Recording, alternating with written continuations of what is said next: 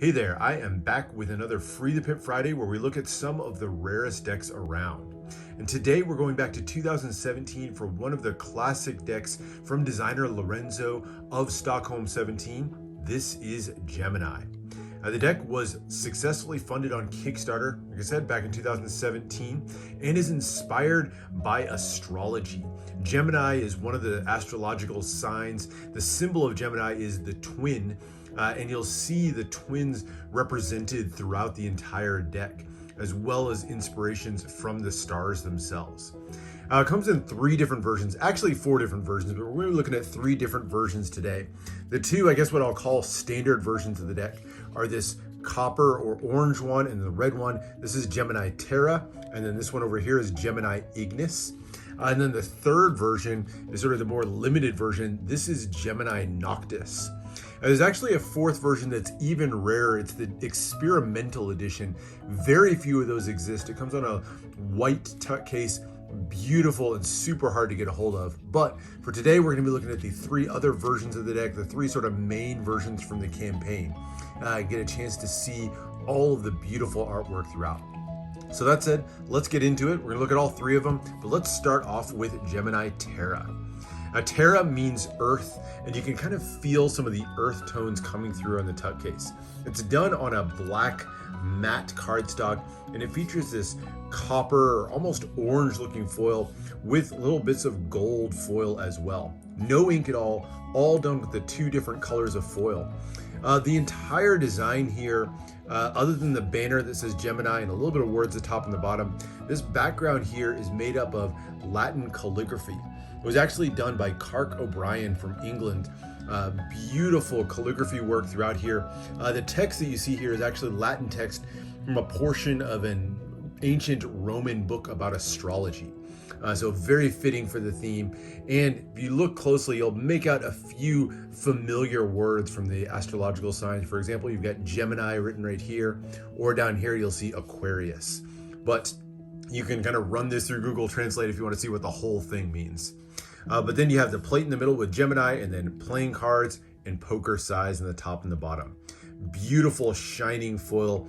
I love how it just pops against that black tuck case. Side, some more Latin calligraphy there on both sides of the tuck. You get some ad copy on the bottom. See on the side, these are printed by the Expert Playing Card Company, and it has 2017 when the deck was made in the middle. Top, this says Gemini with the symbol, the astrological symbol for Gemini, that sort of Roman numeral 2 looking thing right there in the middle. And then on the back, you get a little preview of the back design of the cards, super light embossing, and then those 2 tones of foil. We'll look at some of the details of that in a second. You'll see here at the top and bottom, this Roman phrase that says, mutus nomen dedit cocis. Now, with how sort of heavy and weighty the entire deck feels, you might think that's some really profound statement there, but it actually translates, oddly enough, to dumb name given to cooks. Now that's no sort of hidden meaning that Lorenzo was trying to work in here. Mutus nomen dedit cocis is actually also a mnemonic that's used in a particular type of magic trick. So you can Google those terms, figure out how to do the magic trick, but love the little tie-in to magic while keeping those Roman or the Latin phrases that kind of feel like there's some deeper meaning to it. It's a really kind of cool little, almost like an Easter egg included on the tuck case. As you open up the inner flap here, you'll see the stars in the positions of the Gemini constellation there on the interior of the tuck. Small little copper diamond there. The MMXVII for 2017 on the inner flaps. And then you get some beautiful silver interior printing. Kind of has a cryptic overall feel with the circles and more Latin phrases. You'll see that mutus nomen dedit cocis once again. The Gemini symbol in the middle, and then tempus fugit, which means time flies. But beautiful artwork all the way down the tuck case. Just a nice little addition to the interior there. So that's the tuck case, really beautifully done. Has that kind of runic look to the whole thing. Just absolutely stunning tuck case. But let's get into the cards. And we'll start with the back design. Obviously all built around that large Gemini symbol in the middle, and features a really a beautiful, ornate, sort of twisting vine work throughout. Love the look of those kind of orange vines that make their way up the Gemini symbol, and the entire background kind of has this mysterious feel with the circular elements, the vine work all the way through. Finishes out with a super thin white poker border. Love the oranges and the yellows that are used on this one. You'll see the kind of contrasting colors as we go through the other versions. Now on face, this looks like a two-way back design. It's actually a slight one-way back design, mostly because of this circular symbol at the top. So you'll see it's a circle with a dot on the top, and then on the bottom, it's kind of a moon symbol there. So very slight difference that makes this a one-way back design. Maybe slight enough that you could even use that in a magic trick of some sort. But there's your back design. And into the deck. Now for this one, you get 3 different jokers. The first joker features that, once again, a symbol built around the Gemini symbol there in the middle with the twisting vines. You get a key in the background, the key labeled with joker. More of those sort of circular patterns in the back give it that really just sort of mysterious feel overall. And then the other 2 feature the twins themselves in this sort of two-faced design element in the middle. Almost has a look of like an ornament or like a crystal ball or something like that, hanging from these huge chains on one of them, and then the other one almost like they're figures sitting on a pedestal. I really like this too, the multi-sided die. I think it's a 12-sided die on one, and then a 10-sided die, I think, on the other one. I don't know, dusting off my my D&D memories there. But really cool look to it. I love this sort of cryptic, mysterious look to the whole thing.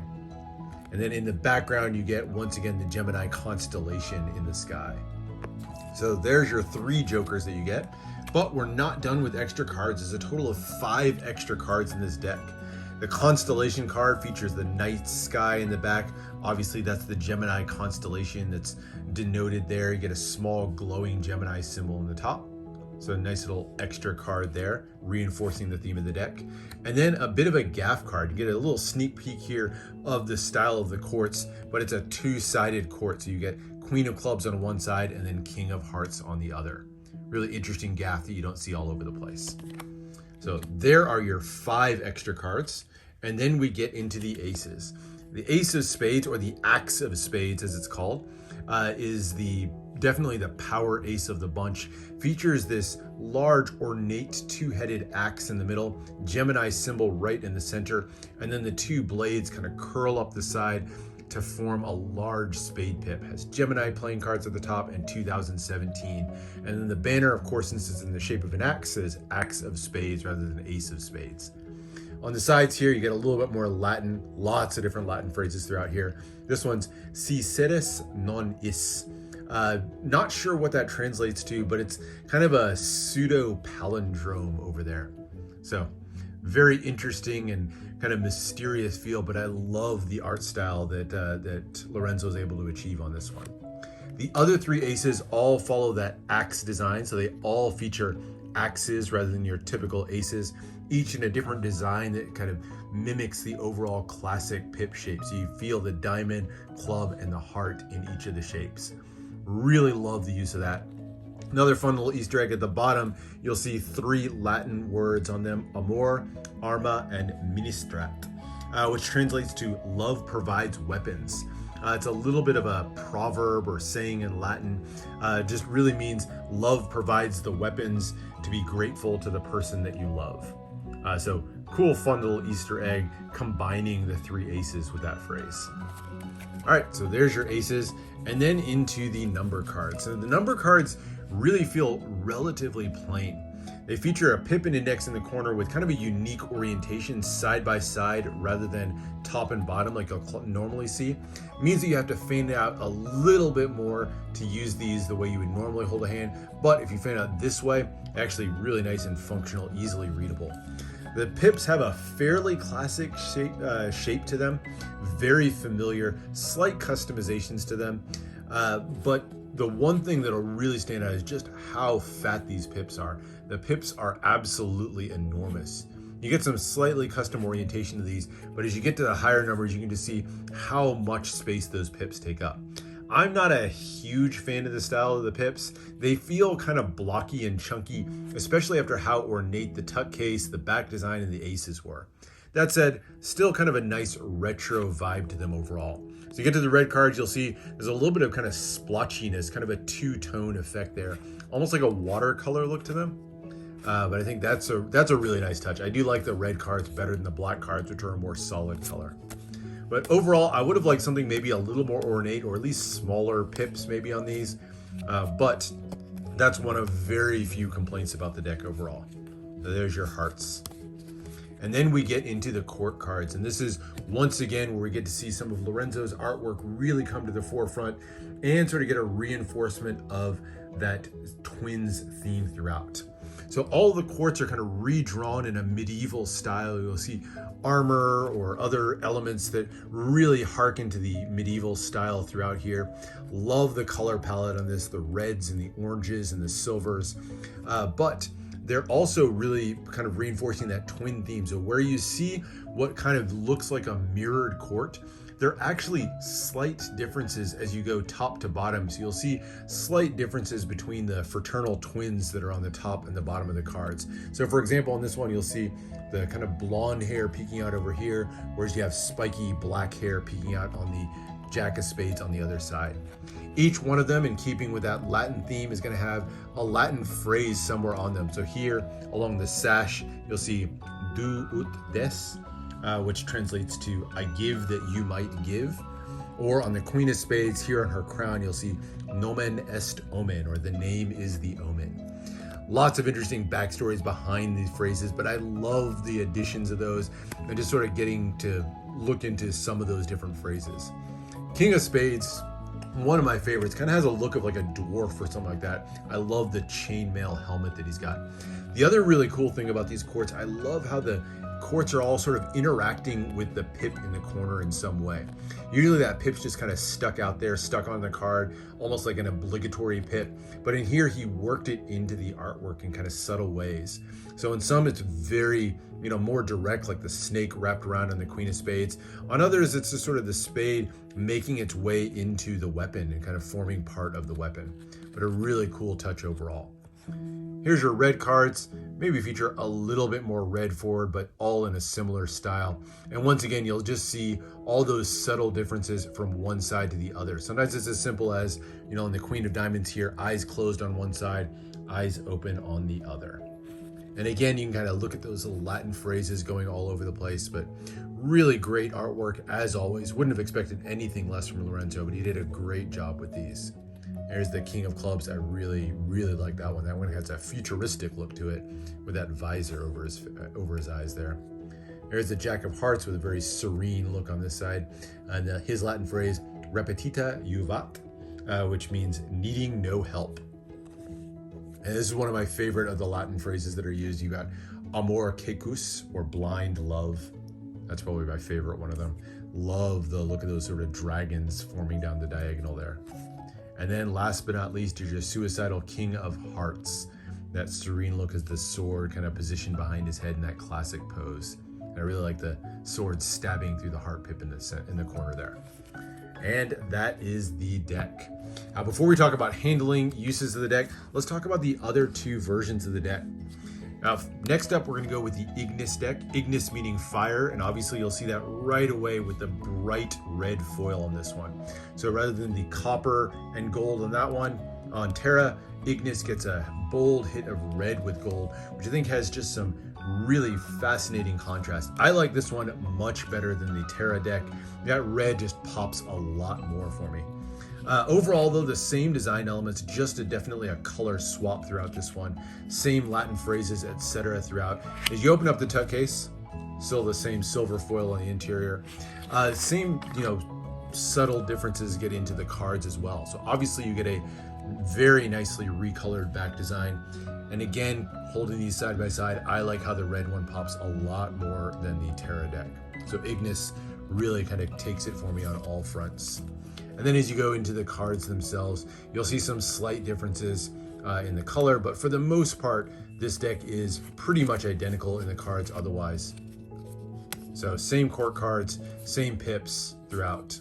on the Ignis version of the deck. Just that changed back design and changed tuck case. So like both of these quite a lot, Ignis takes it for me over Terra, but there's one deck to go, and can we surpass all of them with the final deck, Noctis?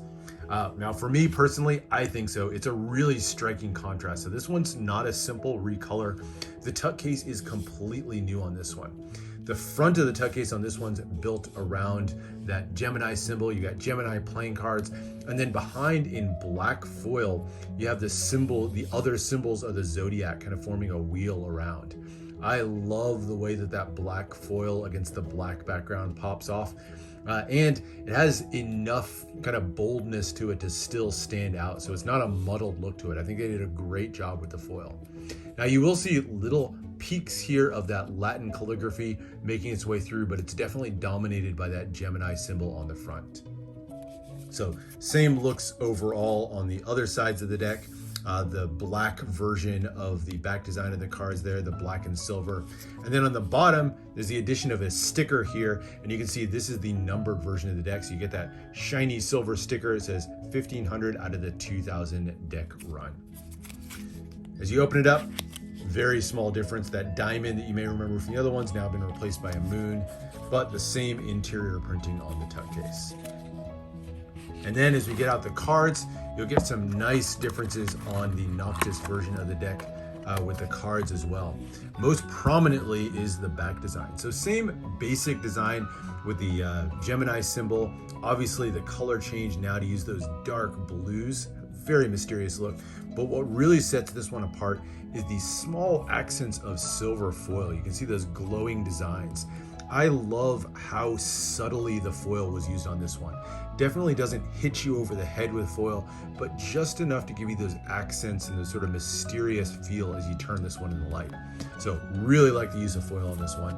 And then as you get to the cards themselves, now changed out for a more blue palette. And for most of these, you'll see just some slight color swaps on this one, but the court cards feature a slightly more dramatic change in the addition of this sort of blue background. So whereas the others had a white background, these now add a patterned background, and I think it really stands out nicely. So all of them, each suit has a slightly different background. So you'll see like the checkerboard pattern here on the diamonds, and then into this, I don't know, square-based tile on the clubs. So I think the background really helps the cards stand out even more, and that's saying something because they were beautiful in the other two versions. So that is the Noctis version of the deck, my favorite of the three.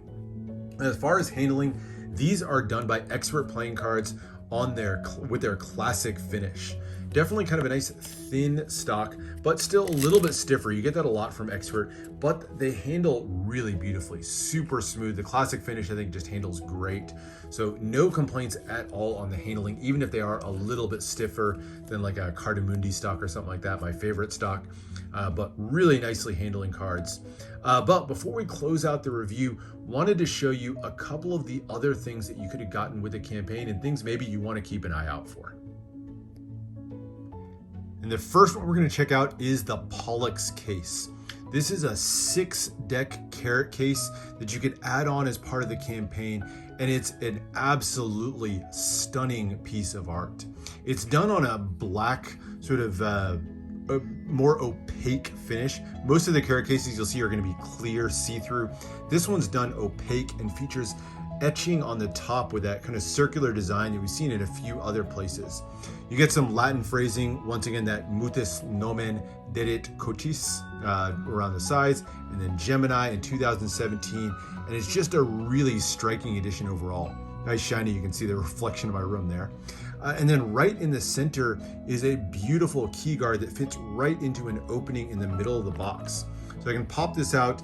This key, or this card guard, made of metal, features black nickel and then little accents of gold as well, all done in the shape of the Gemini symbol. And as you flip it over on the back, has more Latin phrasing, some of those same phrases that we've seen throughout the deck overall. But beautiful addition, and it fits really nicely into the opening right in the center of the Pollux Case to just complete the overall set. Absolutely stunning addition, and I loved being able to add this to my overall decks. As you open it up, it's held closed with the little magnets there in the corner, and you can see the decks on display inside. So really just great attention to detail on the case. Love how that opening lines up perfectly with the Gemini symbol on the Noctis version of the deck. And then of course, really just completes the look when you drop that card guard right into the middle. But that is the overall look at the Gemini decks from Stockholm17. Hope you enjoyed this Free the Pip Friday. I really enjoy getting a chance to take a look at these decks. Some of the most striking and beautiful decks that I think Lorenzo has ever done. And that's, again, really saying something because he's done some fantastic decks in his time. But I think this one might be my favorite. So hope you enjoyed this one as much as I did. Make sure to subscribe for more deck reviews and unboxings. Let me know what else you want to see, and I'll see you for the next one.